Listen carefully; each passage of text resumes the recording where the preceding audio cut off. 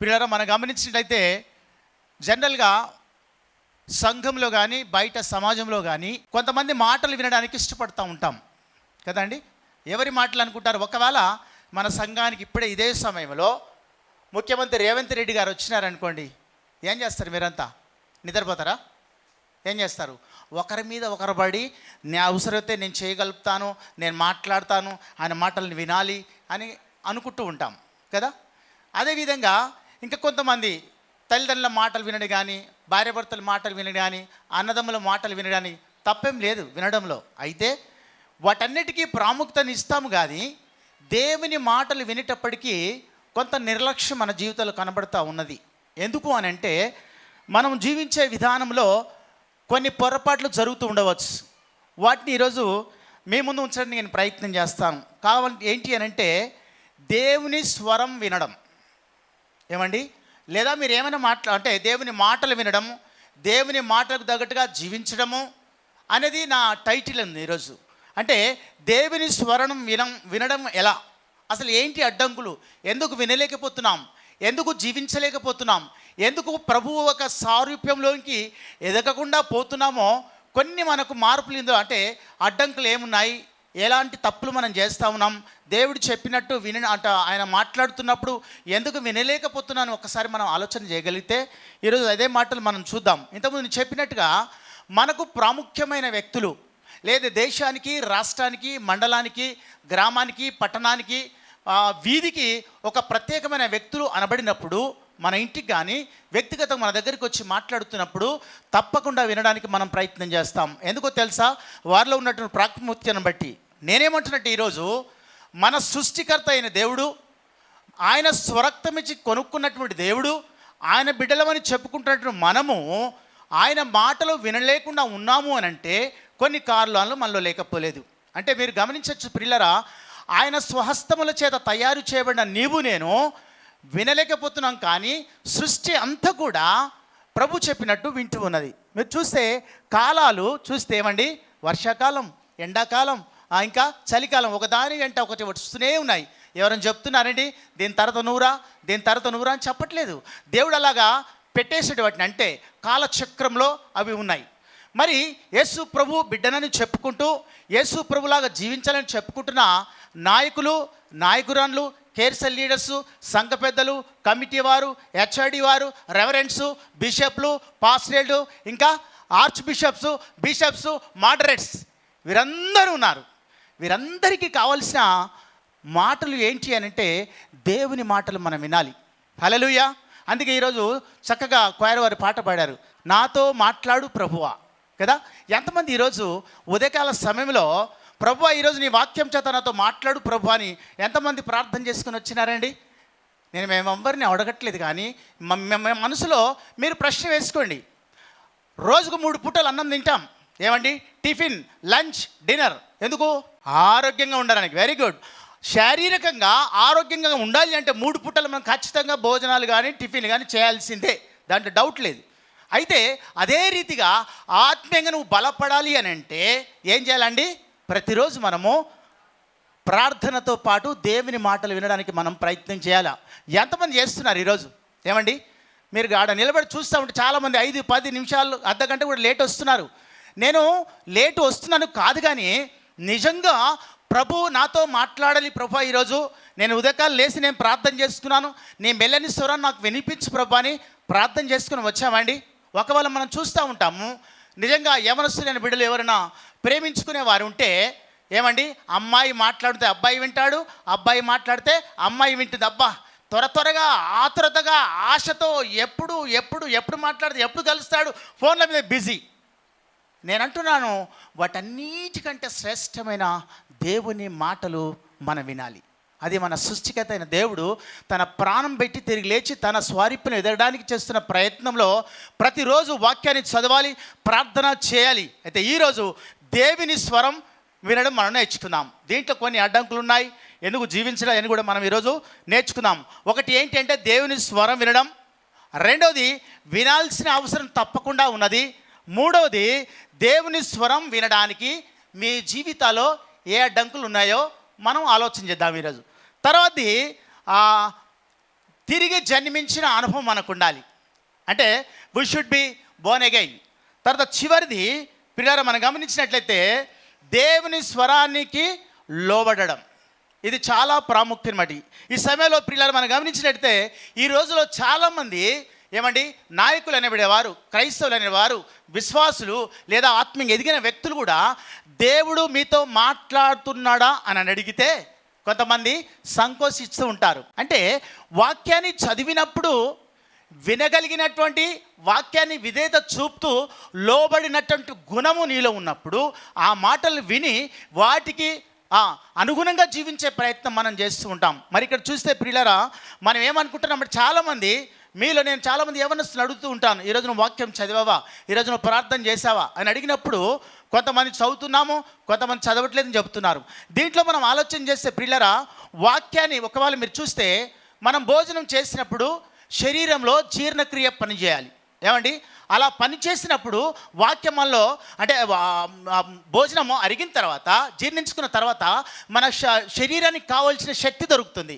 ఏది భోజనం చేసినప్పుడు. అలానే శారీరకంగా దొరికినప్పుడు ఆత్మీయంగా నువ్వు చదివిన వాక్యము నువ్వు తీసుకున్నప్పుడు దాన్ని నువ్వు ప్రత్యేకంగా నీ జీవితానికి అన్వయించుకోవాలి. అది చదివే ఉద్దేశం. మనం ఏం చేస్తున్నాం అంటే నాలాంటి బోర్డు పాస్టర్ ఉంటారుగా, వరకుమారనో పాస్టర్ గారు ఇంకెవరో వాక్యం చదివో తమ్ముడు చెప్పాలి కాబట్టి నేను చెప్పాలి అనేది కాకుండా నిజంగా నువ్వు తీసుకున్నటువంటి ఆహారం ఎలాగైతే జీర్ణించుకున్నావో నువ్వు చదివే ప్రతి మాట నీ జీవితంలోనికి, నీ వ్యక్తిగత జీవితంలోనికి అన్వయించుకోవడానికి ప్రయత్నం చేయాలి. అలా చేసినప్పుడు ఒక ప్రత్యేకమైన మాట ద్వారా నీకు ప్రస్ఫుటము చేసి నీ జీవితాన్ని సరి చేసుకోవడానికి లేదా నీ జీవితంలో ఏ పొరపాట్లు చేస్తున్నావో వాటిని విడిచిపెట్టడానికి అదంతా కూడా వాక్యం చేత సరి చేయబడుతుంది. అలాంటి వాక్యాన్ని మనం చదువుతున్నామా, అలాగా గ్రహించుకోగలుగుతున్నామా, అలాంటి వ్యక్తిగత జీవితంలోనికి ఆ వాక్యాన్ని అన్వయించుకోవడానికి ప్రయత్నం చేస్తున్నామా? లేదు. ఎందుకో తెలుసా, మనకున్నట్టు కార్యకలాపాలాగా ఆదివారం కాబట్టి గుడికి వెళ్ళాలి, ఆదివారం కాబట్టి కానుకలు ఇవ్వాలి, అధికారం కాబట్టి ట్రైనింగ్లో పాల్గొనాలి. ఇదంతా ఒక ఎత్తు అయితే వ్యక్తిగతంగా నీ జీవితంలో ఏముండాలండి, వాక్యం వినడానికి మనం ప్రయత్నం చేయాలి కదండి. భార్య చెప్తే భర్త వింటుండు, భర్త చెప్తే భార్య వింటుంది, తల్లిదండ్రులు చెప్తే పిల్లలు వింటున్నారు, పిల్లలు చెప్తే తల్లిదండ్రులు వింటున్నారు. వీరందరికంటే శ్రేష్టమైనవాడు నా సృష్టికర్త అయిన దేవుడు మనల్ని మాట్లాడుతున్నప్పుడు వినకుండా పెడ చెవిన పెట్టి ఆ వాక్యాన్ని అర్థం చేసుకోకుండా ఉట్టిగా వదిలేస్తున్నావు. అలాంటి వారు లేరంటారా మన సంఘంలో? ప్రశ్న వేసుకుందాం. వాక్యాన్ని చదువుతున్నప్పుడు ప్రభువా పరిశుద్ధాత్మదేవ నీవు నాతో మాట్లాడమని నిజంగా నువ్వు ప్రార్థన చేసుకొని వాక్యం దగ్గరికి వెళ్ళి ఆయన ముఖదర్శనం చేసుకున్నప్పుడు దేవుని మాటల చేత మనల్ని బలపరుస్తాడు. హల్లెలూయా, హల్లెలూయా, దేవునికి మహిమ కలుగును గాక. ఒకసారి మనం చూద్దాం. చూడండి పిల్లరా, మరి కొంతమంది ఏమంటారు తెలుసా, వాక్యాన్ని చదివినాం కాబట్టి నాకు అనుగుణంగా దారి చూపిస్తాడు అనుకుంటారు. దారి చూపిస్తాడు తప్పకుండా. కానీ మనకున్నట్టుది ఏంటి అంటే ఆ వాక్యాన్ని నిజంగా మనం అర్థం చేసుకొని ఆ విధంగా జీవిస్తూ ప్రభు స్వారూప్యంలో ఎదగడానికి చేస్తున్న ప్రయత్నం మాత్రమే. హల్లెలూయా.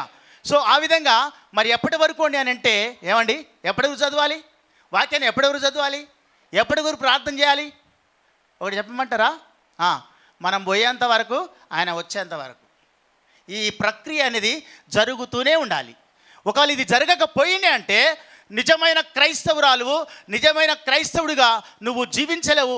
ఆయన కొరకు లోకంలో సాక్షాత్తం ఉండలేవు. కావాలంటే నువ్వు ప్రభుకు దూరంగా పోతాం. అందుకే ఈనాడు మనము బైబిల్ చదవకుండా, ప్రార్థనలు చేయకుండా, ఆయన స్వరం వినకుండా ఉంటున్నాం. కాబట్టి మన జీవితాల్లో ఆయనలో ఉన్న గుణగణాలు మనలో రాకుండా, ఆయన స్వరూపంలో ఎదగకుండా మనం పెట్టుకున్న కార్యకలాపాలను బట్టి సైతాను మనం వాడుకుంటూ ఆయన కొరకు ఎదగకుండా చేస్తున్నాడు కదంటారా? పిల్లలు గమనించండి. హెబ్రీయులకు రాసిన పత్రిక 12వ అధ్యాయం 25వ వచనం. మీకు బుద్ధి చెప్పుచున్న వానిని నిరాకరింపకుండునట్లు చూచుకొనుడి. వారు భూమి మీద నుండి బుద్ధి చెప్పిన వానిని నిరాకరించినప్పుడు తప్పించుకొనకపోయిన ఎడల పరలోకము నుండి బుద్ధి చెప్పుచున్న వానిని విసర్జించు మనము తప్పించుకొనకపోవుట మరి నిశ్చయము కదా. చాలమ్మా, ఇక్కడ గమనించినట్టే బుద్ధి ఎప్పుడు చెప్తారండి? బుద్ధి ఎప్పుడు చెప్తారు? బుద్ధి లేనప్పుడు, తప్పు చేసినప్పుడు, మార్గం నుంచి తొలగినప్పుడు, చెప్పింది విననప్పుడు ఏమండి బుద్ధి చెప్తారు. ఇక్కడ గమనించినట్లే లోకంలో ఉన్నవారు అనగా మన తల్లిదండ్రులు కావచ్చు, మన అక్క చెల్లె మనకంటే పెద్దవారు కావచ్చు, మన ఆత్మీయ తల్లిదండ్రులు కానీ మనల్ని బుద్ధి చెప్తూ ఉంటారు అప్పుడప్పుడు. అక్కడ కూడా వినకపోతే పరలోకము నుండి, ఇది మనం గమనించట్లే ఆ మాట చూడండి, అక్కడ ఉంది ఆ మాట చూడండి అమ్మ, పరలోకం నుండి చదవమ్మా. పరలోకము నుండి బుద్ధి చెప్పుచున్న వానిని విసర్జించు మనము తప్పించుకొనకపోవుట మరి నిశ్చయము కదా. చూసారండి, ప్రభు నిజంగా నీతో అంటే ఈ లోకంలో ఉన్నవారు మన అంటే వారు చెప్పినప్పుడుగా వినకపోయినప్పుడు, పరలోకం నుండి అనగా నువ్వు వాక్యము చదువుతూ ఉంటున్నప్పుడు, పరిశుద్ధాత్మ దేవుడు నీతో మాట్లాడుతున్నప్పుడు నువ్వేం చేయాలండి? ఆ బుద్ధి తెచ్చుకోవాలి. అర్థమైందా? దేవునికి మహిమ కలుగును గాక. వీరికి మీరు చూడండి, ఇక్కడ పరిశుద్ధాత్మ ద్వారా ఇప్పటికీ మాట్లాడుతూ నమ్ముతున్నారా లేదా? ఏమ్మా, మిమ్మల్ని అడుగుతాను నేను, ఎంతమంది మీతో దేవుడు మాట్లాడంటే ఏం చెప్తారు మీరు? చాలామంది ఏమో కొంతమంది చెప్తుండవచ్చు, కానీ కొంతమందికి అలాంటి అనుభవం ఉండదు. ఎందుకు తెలుసా?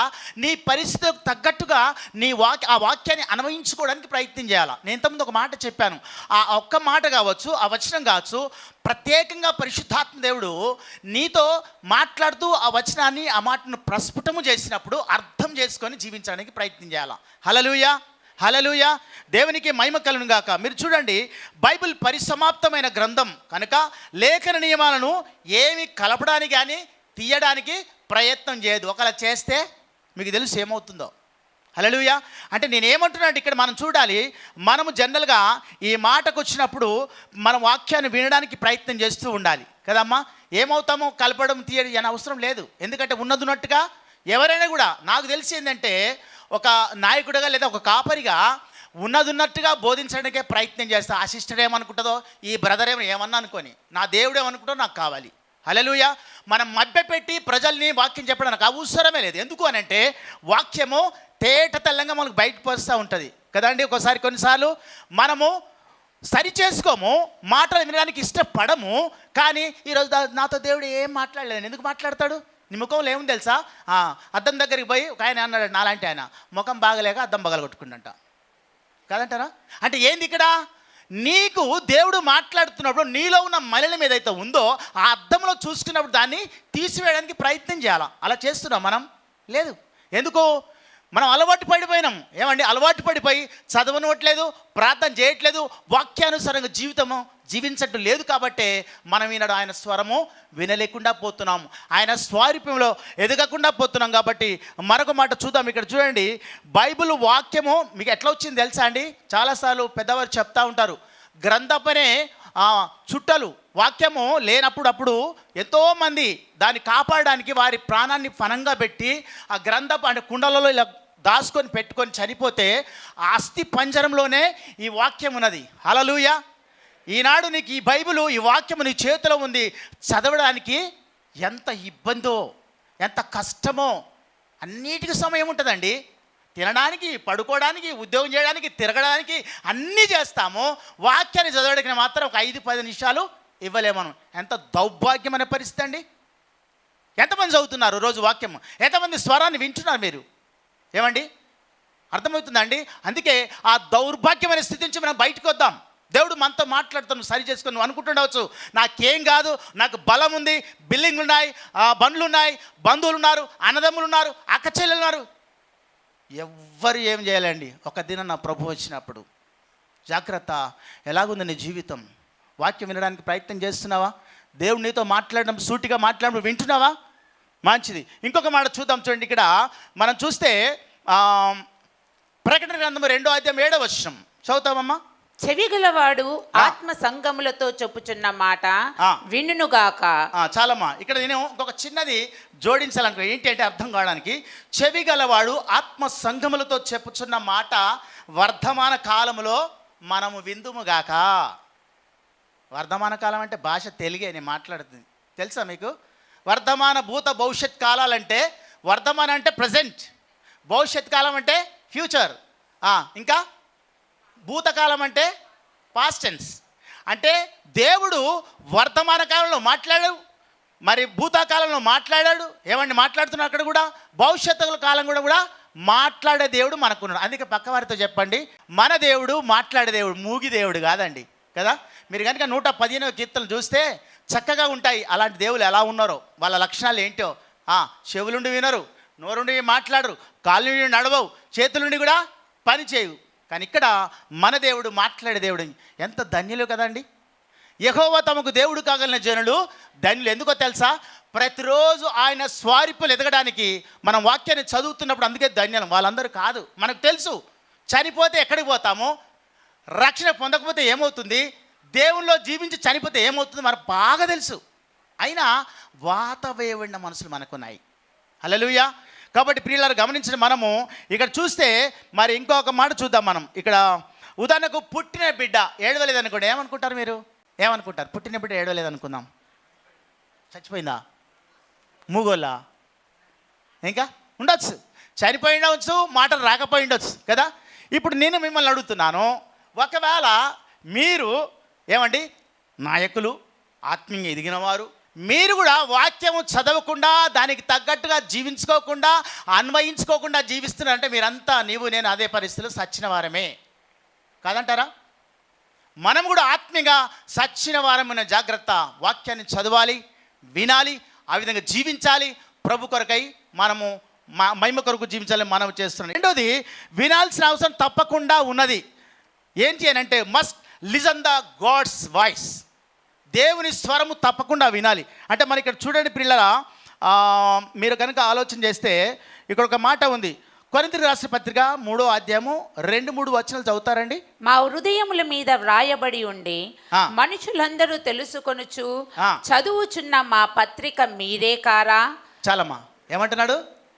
చదువుతున్న మీరు మా పత్రికలు మీరే కారా? మనమంతా దేవుని పత్రికలమండి. మనమంతా ఎవరము అంటే ఏంటి? ఆ విధంగా చదివిన నీవు ఆ విధంగా జీవిస్తూ అనేకుల కొరకు మనము, పౌలు చక్కగా చాలా బాగా మాట్లాడుతున్నాడు. మీరంతా ఎవరు? మనంతా లోకస్తులకు పత్రికల వలె ఉండాలి. మీరు ఎంతమంది చదువుతారో న్యూస్ పేపర్, ఏమండి ఎంతమంది చదువుతున్నారో తెలియదు, కానీ దానికంటే ముందు వాక్యం అనే ఈ ఖడ్గం మన దగ్గర ఉన్నప్పుడు తప్పకుండా మనం చదవడానికి మనము ప్రయత్నం చేస్తాం. దేవునికి మహిమ కలుగును గాక. ఇక్కడ మీరు చూడండి ప్రియులారా, ఆయన స్వరాన్ని వినవలసిన అవసరం ఎంతైనా ఉన్నది. ఎందుకు చెప్పండి? లోకం అనే పాపంలో జీవిస్తున్నాం కాబట్టి, పాపం అంటే అవకాశం మనకు ఉన్నది కాబట్టి, ప్రాచీన స్వభావం అప్పుడప్పుడు మనల్ని వెళ్తూ ఉంటుంది కాబట్టి, వాటిని తప్పించుకోవడానికి చేస్తున్న ప్రయత్నమే వాక్యం వినడం, వాక్యానుసారంగా జీవించడం. అలాంటిది నీలో లేకపోతే ఏమైపోతావు? ఎండిపోయిన స్థితిలో ఉంటావు. అందుకే అంటున్నాడు ఇక్కడ, ఏమంటాడు తెలుసా అండి? ఏమంటాడు? Must listen the god's voice. తప్పకుండా దేవుని వాక్యం వినడం అవసరం ఎంతైందో ఉందని నేను మనవి చేస్తున్నాను. అందుకే మనం ఏమంటాం అంటే మనం ఇక్కడ చూస్తే ఆయన నోట నుంచి వచ్చే ప్రతి మాట ద్వారా మనము జీవించాలి. మత్తయి సువార్త 4:4 అనుకుంటాను ఆ మాట అక్కడ ఉన్నది. కాబట్టి మీరు గమనించిన ప్రియులారా, దీన్ని మనం ఏం చేస్తామంటే, ఒకసారి మన దైవజనుడు, గొప్ప దైవజనుడు బ్రదర్ హీలీ అని, అతను చాలా మంచి గొప్ప దైవజనుడు, ప్రార్థనాపరుడు, మంచి వాక్యోపదేశకులు. ఆయన ఏం చేస్తారంటే ప్రతిసారి ఇంటి నుంచి బయటికి వెళ్తున్నప్పుడు ఏం చేస్తాడో తెలుసా అండి? షాప్కి వెళ్ళినా, మంగళ షాప్కి వెళ్ళినా, కూరగాయలకి వెళ్ళినా, మాల్స్కి వెళ్ళినా, ఎక్కడికి వెళ్ళినా ఏం చేస్తాడు తెలుసా? ప్రభువా నన్ను నడిపించు, నేను ఎక్కడికి వెళ్ళాలి, నాతో మాట్లాడు ప్రభు అని ప్రార్థన చేసుకుని బయలుదేరుతాడు. అంటే ఆయన ఎంత పెద్ద దైవజనుడు!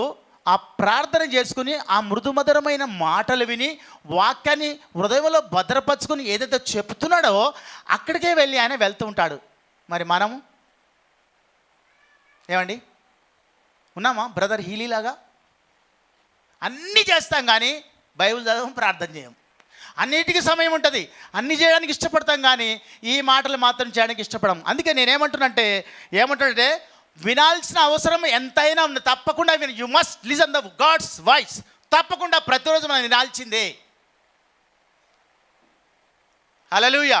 దేవునికి మొదటిది ఏంటి అని అంటే దేవుని స్వరాన్ని వినడం.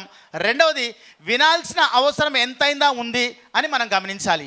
మూడోదిగా నేను ముగిస్తాను త్వరగా.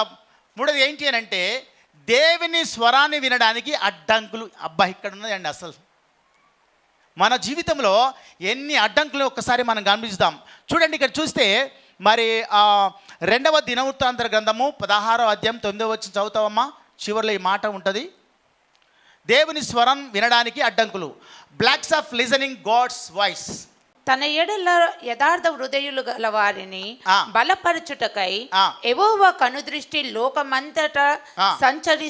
సంచరిస్తూ చేయుచున్నది. ఆ. ఈ విషయమందు ఆ. నీవు మతి తప్పి ప్రవర్తించితివి గనుక ఆ. ఇది మొదలుకొని ఆ. నీకు యుద్ధములే కలుగును. చాలమ్మా, ఇక్కడ మీరు ఎవరు అర్థమైతే నాకు తెలియదు కానీ ఆసాపు రాజు చేసిన రాసాపు గారు రాసినటువంటి మాటలు ఇవి. ఆయన ఏం చేసినంటే యుద్ధము అంటే దేవుడు చెప్పినట్టుగా వినకుండా ఉన్నాడు కాబట్టి ఆ యుద్ధాలు జరిగినాయి, అందులో ఓడిపోయాడు. అంత మాత్రమే కాకుండా ఓడిపోయిన తర్వాత అక్కడ ఏం చేస్తారంటే ఆయనకు ఒక జబ్బు వస్తుంది. ఆ జబ్బును కూడా ప్రభుకు ప్రార్థన చేయకుండా డాక్టర్ మీద ఆధారపడతా ఉంటాడు. సో దాన్ని బట్టి ఇక్కడ మనం ఆసాపు రాజును గుర్తు చేసుకోవచ్చు. ఏంటంటే దేవుని మాటలు వినకుండా ఏం చేశాడు ఆయన? మనుషుల మీద ఆధారపడ్డాడు, తన స్వశక్తి మీద ఆధారపడ్డాడుగా మనం చూస్తాం. అందుకే మనం చూసినట్టయితే మత్తయి సువార్త 22:27 30 చెప్తున్నాడు. ఏమన్నాడు తెలుసా అండి? ఒకవేళ మనం పరలోక విషయాలు కాక భూలోక సంబంధమైన విషయాల మీద ఆశ పెట్టుకుంటే, వాటిని బట్టి జీవిస్తూ ఉంటే మన దేవునికి కోపం వస్తుంది. అవునండి, అది గమనించాలని కోరుతా ఉన్నాను. అంటే లోక ప్రేమలో మనం ఉండకూడదు. మొదటి అడ్డంకు లోక ప్రేమలో అంటే పూర్ణ హృదయంతో, పూర్ణ ఆత్మతో, పూర్ణ మనస్సుతో, పూర్ణ శక్తితో దేవుని ప్రేమించాలి అని బైబిల్ బోధిస్తూ ఉంది. మత్తయి సువార్త 22:27 కాబట్టి అలాగా మనం ఉన్నామా లేమా? ఆసఫలే కాకుండా దేవుని మీద ఆధారపడి ఆయన స్వశక్తి మీద కాకుండా దేవుని మీద ఆధారపడినప్పుడు దేవుడు తప్పకుండా మనల్ని నడిపిస్తారు. రెండవది అపవిత్రమైన ఉద్దేశాలు. ఫస్ట్దేమో దేవుని స్వరాన్ని వినడానికి మొదటి అడ్డంకు అది. రెండవ అడ్డంకు ఏంటి అంటే అపవిత్రమైన ఉద్దేశాలు. అంటే ఏమవుతుందంటే మన అభిప్రాయాలు ప్రవక్త బిలాము వలె ఉంటే దేవుడు మనల్ని ఏం చేస్తాడు తెలుసా? కఠినంగా శిక్షిస్తాడు. అర్థమవుతుందండి? అందుకే నేనేమంటే దేవుడు మనకు కఠినంగా తీర్పిస్తాడు. కారణం దేవుడిచ్చిన అద్భుతమైన వరాన్ని బిలాము ఏం చేశాడు తెలుసా అండి? డబ్బుకు, పేరు ప్రతిష్టలకు అమ్మేశాడు.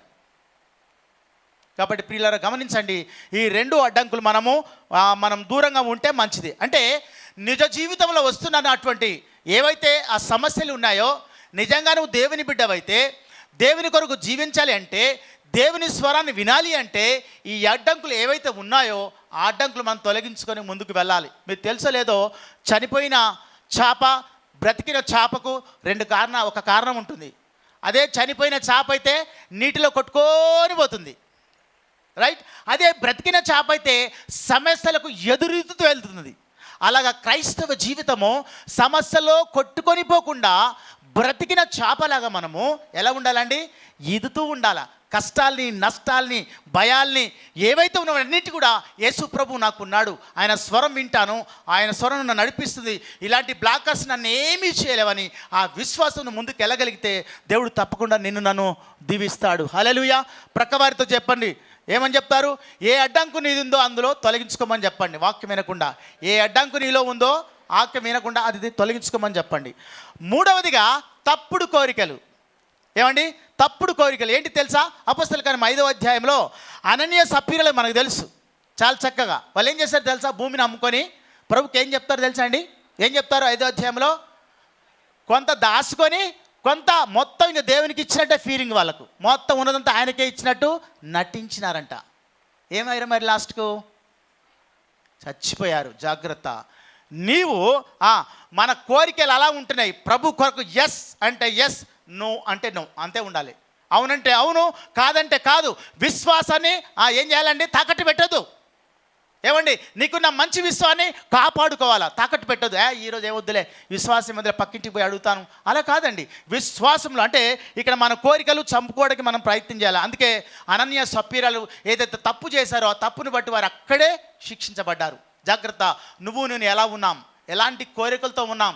దేవుడు వాక్యాన్ని వినడానికి అడ్డంకులు ఏదైతే పెడుతున్నాడో సైతానుడు, వారి నుంచి బయటికి రావాలంటే నీ కోరికలు నువ్వు ప్రభు కొరకు మార్చుకోవడానికి ఇష్టపడాలి. హల్లెలూయా.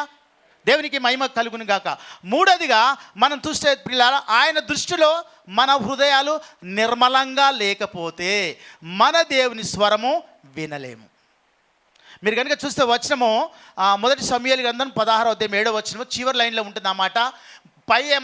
మనుషులేమో పైనవన్నీ చూస్తారు, దేవుడు మాత్రము హృదయాన్ని మాత్రం చూసే దేవుడు అండి. ఎంత మంచి దేవుడు అండి. నీ హృదయంలో ఏముంటున్నది, ఎలాంటి కోరికలు ఉన్నాయి, ఏ కోరికలతో నువ్వు బాధపడుతూ ఉన్నావు, ఏ కోరికలతో ఇబ్బంది పడుతున్నావు. దేవుడు నీ కొరకు నా కొరకు నా ప్రాణం పెట్టి ఆయన కొరకు జీవించమని చెప్తున్నప్పుడు నీలో భయంకరమైన కోరికలు పెట్టుకుని దేవునికి ఇష్టంగా జీవిస్తూ ప్రభును బాధ పెట్టట్లేదండి. జాగ్రత్త, నీ కోరికలను చంపుకోవడానికి ప్రయత్నం చేయి. అందుకే నేనేమంటున్నానంటే పిల్లరా, మరి మూడవదిగా ఇక్కడ క్షమించలేని స్వభావము దేవుని స్వరాన్ని విననీయదు. ఒక చిన్న ఉదాహరణ చెప్తాను. ఇంతకుముందు కూడా పాస్ గారు చెప్పారు ఈ మాట, మళ్ళీ చెప్పడానికి నేను ప్రయత్నం చేస్తాను. ఇక్కడ ఉన్నది ఏంటి అని అంటే, గమనించాలి, ఒక భార్య భర్తలో గొడవలు చాలా రోజుల నుంచి అవుతూ ఉన్నాయి. వారిలో శాంతి సమాధానం నెమ్మది లేదు. ఇష్టం వచ్చిన వాళ్ళు జీవిస్తున్నారు. ఒకరి ఏళ్ళలో ఒకరికి ప్రేమ లేదు, కనికరం లేదు, ఇష్టం వచ్చిన మాట్లాడుకుంటున్నారు. ఒకరోజు భార్య భర్త మరి పాస్టర్ గారి దగ్గరకు వచ్చి, అయ్యా కాపరి గారు నా కొరకు ప్రార్థన చేయండి అన్నది. అంటే పాస్టర్ గారికి ఏం అర్థం కాలే. సరేలేమ్మ ప్రార్థన ఎందుకు అని అడిగాడు. మనసు బాగలేదయ్య గారు ప్రార్థన చేయండి. ఓకే, వెంటనే ప్రార్థన చేసి పంపించేశాడు. వెళ్ళిపోయింది. మళ్ళీ 2-3 రోజుల తర్వాత మళ్ళీ వచ్చింది అదే సిస్టర్, పాస్టర్ గారు నా కొరకు ప్రార్థన చేయండి. ఏమైందమ్మా, మొన్ననేగా ప్రార్థన చేశాను, మళ్ళీ ఎందుకు వచ్చినామంటే అప్పుడు అడుగుతుంది, అయ్యా నా భర్త సరిగా లేడు. సరిగా అంటే ఏందమ్మా చెప్పమంటే వేరే స్త్రీతో ఉంటున్నాడు. ఇది తన హృదయంలో వేదన, బాధ, భయంకరమైన స్థితిలో ఉండి భర్తను క్షమించలేకుండా మాట్లాడలేడుగా రకరకాల ఇబ్బందులు తనకు తానే కుమిలిపోతూ బాధపడుతూ ఉంటుంది. అట్టి సమయంలో మళ్ళీ చెప్పాడు పాస్టర్ గారు, అమ్మ నువ్వు ప్రార్థన చేయి, నీ భర్తను క్షమించు, తప్పకుండా నీకున్న. అప్పటికే ఆమె శరీరం అంతా గడ్డలు, కురుపులు, భయంకరమైన పరిస్థితిలో ఉంది ఆమె. అయితే అప్పుడు మళ్ళీ చివరిసారి మళ్ళీ వచ్చింది, ప్రార్థన చేయమంటే అన్నాడు. ముందు అన్నాడు, నీ భర్త నువ్వు క్షమించావను. లేదయ్య గారు నేను క్షమించను, నేను క్షమించను, ఎందుకంటే భయంకరమైన వ్యక్తి వాడు నాకొద్దు. నేను అడుగుతున్నాను, పక్కింటి వారిని మనం క్షమించలేము. కొంతమంది ఆ సిస్టర్ని నేను పోనే పోను బ్రదర్, ఆ బ్రదర్ ఇంటికి నేను పోనే పోను బ్రదర్, నేను పోను. ఏం చేశాడమ్మా దేవుడు నీ కొరకు? పోనీ ఎక్కడ గొడవ పడ్డారంటే ఏదో పక్కింటికి పోయింది, వాళ్ళ ఇంటికి పోయింది లీడరు, అది బాధ. లేదా ఇంకేదో జరిగింది. ఈ మనసులో పెట్టుకొని మనం ఏం చేస్తున్నాం తెలుసా అండి, సంబంధాలను కోల్పోతున్నాం. ఇక్కడ కూడా భార్య భర్తకు కోల్పోయిన సంబంధంలో ఎప్పుడైతే మనస్ఫూర్తిగా మోకరించి ఏడుస్తూ ప్రార్థన చేసి క్షమాపణ అడిగిందో దేవుని, ఏమైందండి, హృదయంలో సంతోషము, సమాధానం, నెమ్మది వచ్చింది. అప్పుడు ఏడ్చుకుంటూ ప్రార్థన, అమ్మ ఏమ్మా ప్రార్థన చేసావా, క్షమించావా నీ భర్తని అన్నప్పుడు, అయ్యగారు నేను క్షమించాను అని కళ్ళలో నీళ్లు కనబడతా ఉన్నాయి. ఆమె ఇంటికి పోయే లోపే ఆ గడ్డలు, కురుపులు అన్నీ కూడా వెళ్ళిపోయినాయి. హల్లెలూయా. ఎందుకో తెలుసా, క్షమాపణ. అలాంటి క్షమాపణ నీలో ఉన్నదా లేదా? లేకపోతే ఈరోజు సరి చేసుకో. అందుకే ఏమంటారో తెలుసా అండి, క్షమించలేని స్వభావము దేవుని స్వరాన్ని విననీయదు. జాగ్రత్త, క్షమాపణ గుణం ఉండాలి. మొదటి మాట శిలువలో ఏముందండి, తండ్రి వీరేమి చేస్తారో వీరు ఎరగని క్షమించమని అన్నాడు దేవుడు. మరి నువ్వు ఆయనే క్షమించినప్పుడు నువ్వు ఎలా క్షమించకుండా ఉంటావు? నీ భార్యను, నీ భర్తను, నీ పిల్లలను, నీ తండ్రిని, నీ అక్క చెల్లెని, నీ అన్నదమ్ములను వీరందరినీ క్షమిస్తున్నావా? మళ్ళీ నేను లీడర్ అంటావు, నేను కాపరని అంటావు, నేను సంఘ పెద్దని అంటావు, నేను ఇన్ని సంవత్సరం దేవునిలో ఉంటాను. క్షమించలేని గుణం, జాగ్రత్త. క్షమాపణ లేని గుణం నీలో ఉంటే దేవుని స్వరాన్ని నువ్వు వినలేవు. హల్లెలూయా. దేవునికి మహిమ కలుగును గాక. అందుకే నేనేమంటున్నానంటే, మనము దేవునిలో గుణగణాలు ఉన్నప్పుడు, నేను ముందు చెప్పాను, దేవుని స్వరాన్ని వినడానికి అడ్డంకులు, ఒకటి లోకప్రేమ, రెండవది అపవిత్రమైన ఉద్దేశాలు, మూడవది తప్పుడు కోరికలు, నాలుగవది క్షమించలేని గుణం. నాలుగవదిగా గమనించండి ప్రియులారా, తిరిగి జన్మించిన అనుభవం మనకు ఉండాలి. అర్థమైందా? We should be born again. మనము తిరిగి జన్మించిన అనుభవంలోకి రావాలా. రోమిలకు రాసిన పత్రిక 8:16 అంటాడు, మేము దేవుని పిల్లలము. దేవుని పిల్లలం ఎప్పుడైతామండి? ఎప్పుడైతాం చెప్పండి? నీ పాపాలను ఒప్పుకొని, ఏమండి ప్రభు దేవుడు నా కొరకు చనిపోయి తిరిగి లేచినాడు, నా పాపాలు క్షమించాడు, నేను ఆయన కొరకు జీవిస్తానని తీర్మానం చేసుకొని పాప జీవితాన్ని పక్కన పెట్టి ప్రభు కొరకు ఎన్ని సమస్యలు, ఇబ్బందులు, నష్టాలు, కష్టాలు వచ్చినా వాటి నుంచి వీడిపోకుండా మనం ముందుకు వెళ్తామో అప్పుడే దేవుని పిల్లలు మనం పెడతాం. యోహాను సువార్త 1:12 అంటాడు, ఎందరైతే తను అంగీకరించే వారందరూ దేవుని పిల్లలకు ఒక అధికారం ఇచ్చాడు. ఆ అధికారం నీకున్నదా? ఏమండి, అధికారం నీళ్ళుందా? లేదు. ఎందుకు తెలుసా? ఆకులాగా మనం జీవించట్లేవు, క్షమాపణ గుణం లేదు. అందుకే తిరిగించిన జన్మంలో ఒక మాట చెప్తాను. జాన్ వెస్లీ మనకందరికీ తెలుసు, దైవజనుడు. రేపు దాదాపు ప్రపంచంలో 200 సంవత్సరాల క్రితం, అంటే ఆయనకు ఉద్యమాల స్థాపకుడు, ఆయన సంఘాలు స్థాపించాడు, ఒక డినామినేషన్ కూడా స్థాపించాడు. అలాంటి వ్యక్తి ఒక ఓడలో ప్రయాణం చేస్తాడు. ఇంగ్లాండ్కి వెళ్తూ ఉన్నారు. బెరోవియన్ అనే ఒక ప్రాంతపు మెరోవియన్ మిషనరీలతో కలిసి ఓడలో ప్రయాణం చేస్తున్నారు. ఈ ఓడలో ప్రయాణం చేస్తున్నప్పుడు వాళ్ళకు ఒక సంభాషణ జరుగుతూ ఉంది. మనం కూడా కదండి రైల్లో కానీ బస్సులో కానీ ప్రయాణం చేస్తున్నప్పుడు పక్కవారు కూర్చుంటే, ఏమండి మీ పేరేంటి, మీరు ఎక్కడికి వెళ్తారు, ఎక్కడ ఎక్కారు, ఎక్కడ దిగుతారు ఏంటి అని కనుక్కుంటాం కదా. వాళ్ళు కూడా ఈ మిషనరీలు జాన్ వెస్లీతో మాట్లాడుతూ ఆయన ఒక మాట అన్నారంట. ఏమన్నారో తెలుసా అండి? షాక్ అవుతాం ఆ మాట వింటే. నువ్వు తిరిగి జన్మించావా అడిగినారంట. ఎవరిని? జాన్ వెస్లీని. ఇప్పుడు నన్ను వచ్చి ఒక విశ్వాసి, ఏం బ్రదర్ మీరు తిరిగి జన్మించే అనుభవం ఉందా అంటే నాకు ఎంత కోపం వస్తుంది. పాపం ఆయన ఏం అనలేదు, కానీ తనలో తానే బాధపడుతూ ఎందుకబ్బా ఈ ప్రశ్న వేశారని చెప్పి అడిగినప్పుడు ఆయన ఏం చేసినాడంటే, అలా బాధపడుతూ అమ్మా నేను అంగ్లికన్ పాస్టర్ని, మీరు నన్ను ఏమడుతున్నారు మీకు తెలుసా అంటే, అవును పాస్టర్ గారు మీకు తిరిగి జన్మించిన అనుభవం ఉందా అడిగినారంట. మళ్ళీ అదే అడిగినారు. ఆయన కొంచెం క్వశ్చన్ మార్క్ వచ్చి, సరే ఏందబ్బా వీళ్ళు ఇట్లా మాట్లాడుతని చెప్పి ఒకసారి మొదటి యోహాను పత్రిక 5:10 చదివినంట. ఈ వాక్యంలో చదువుతాం. ఇప్పుడు చదవమ్మా మాట. మొదటి యోహాను పత్రిక 5వ అధ్యాయం 10వ వచనం. దేవుని కుమారుని యందు విశ్వాసముంచువాడు తనలోనే ఈ సాక్ష్యము కలిగి ఉన్నాడు. దేవుని నమ్మినవాడు ఆయన తన కుమారుని గూర్చి ఇచ్చిన సాక్ష్యమును నమ్మలేదు గనుక అతడు దేవుని అబద్ధకునిగా చేసిన వాడే. చాలు చూడండి, ఆయన ఎన్నో మీటింగులు, ఎన్నో కూటాలు, ఎన్నో ఒక్క స్థలాలకు వెళ్ళి దేవుని సువార్తను బోధించాడు, కానీ తీరా చూస్తే ఆ నమ్మకమైన సాక్ష్యం తనలోనే లేదు. అంటే క్రీస్తు ఆయన హృదయంలో జన్మించలేదు. అంటే ఏంటి దాని అర్థం? తిరిగి జన్మించిన అనుభవం తనలో లేదు. అలాగే కొత్త నిబంధన చదువుతూ ఒక మాట ఏమనుకుంటే గాఢంగా ఆలోచించాడు. వారు మాట్లాడిన మాటను బట్టి కొత్త నిబంధన చదివిన కొద్దీ రక్షించే విశ్వాసం లేదన్న నిజం తేట తెల్లమైంది. ఏమండి, ఆయన గొప్ప ఆ డినామినేషన్ ప్రారంభించిన వాడు. 200 సంవత్సరాలు ఎన్నో మరి కూటాలు ఏర్పడి ఎంతో మంది నడిపించాడు, వాక్యం బోధించాడు. కానీ చివరిగా చూస్తే ఆయనలో ఏం లేదండి, తిరిగి జన్మించే అనుభవం లేదు. అప్పుడు మళ్ళీ ఏం చేసినట్టు ఆయన తర్వాత అక్కడికి కొత్త నిబంధన చదువుతున్నప్పుడు దేవుడు తనతో మాట్లాడుతున్నప్పుడు ఒకసారి ఇంగ్లాండ్లోనే ఆ సంకర జాతి ఎవరైతే ఉన్నారో ఒక కూటాన్ని ఏర్పాటు చేసినప్పుడు, సరే వాక్యం విందానని వెళ్ళి ఎక్కడో ఒక కొన్న చోట కూర్చొని వాక్యాన్ని వింటున్నాడు. ఆయన ఏమన్నాడు తెలుసా? ఆయన వాక్యం వింటే ఒక మాట ఏమన్నాడు తెలుసా అండి? ఇక్కడ చూడండి, చిన్న లండన్ మిషన్కి ఒక రాత్రి వాక్యం వినడానికి వెళ్ళాడు. అక్కడ కూర్చొని స్పష్టంగా సరళంగా చెప్పబడిన సువార్తను విన్న తర్వాత వెస్లీ ఇలా సాక్ష్యం ఇచ్చాడు. నా హృదయం కొత్తగా ఉత్తేజం పొందింది, జ్ఞానానికి మించిన సమాధానంతో చెప్పనశక్యం కానీ సంతోషంతో అక్కడి నుండి తిరిగి వెళ్ళాడు. హల్లెలూయా. వాళ్ళు అడిగిన ప్రశ్న నిజమేనా కాదా, ఉన్నదా లేదా అంటే ఏంది? యాక్చువల్గా ఇప్పుడు అతను రక్షించబడిన అనుభవం చూస్తాను. అందుకే నేనేమంటున్నా అంటే, పిల్లరా, మన హృదయంలో యేసు వచ్చిన తర్వాత మార్చబడిన హృదయం తన మనసులో అనుకున్నాడు, అరే ఇన్ని రోజులు నేను దేవుడు లేకుండానే నాలో బ్యాప్టిజం అంటే తిరిగి జన్మించే అనుభవం లేకుండానే సువార్త చెప్పాను.